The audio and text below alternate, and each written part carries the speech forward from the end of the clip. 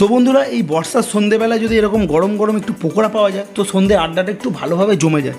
তো আজকে সুস্বাদু একটা ভেজ পকোড়ার রেসিপি তোমাদের জন্য নিয়ে চলে এসেছি, আর এটা বানানো খুব সহজ। তো বন্ধুরা দেখে নাও, প্রথমে কিছু বাঁধাকপিকে এরকম লম্বা লম্বা করে কেটে নিতে হবে, কিছু গাজরে এরকম লম্বা লম্বা করে তোমাদের প্রথমে কেটে নিতে হবে, আর একটু পেঁপেকে গ্রেট করে দিতে হবে, আর কিছু পেঁয়াজ এরকম লম্বা লম্বা করে কেটে নিতে হবে।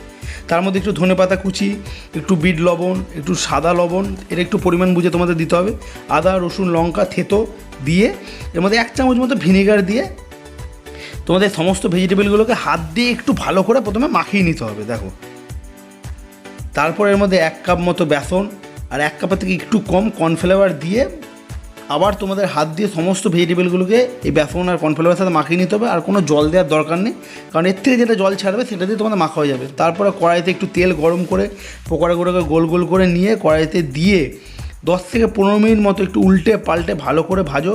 দেখবে যখন এরকম লাল লাল কালার চলে এসছে তখনই ভাববে তোমাদের পকোড়া রেডি। এবার সার্ভ করে সবার সাথে বসো আর সন্ধ্যের আড্ডাটা একদম জমিয়ে দাও।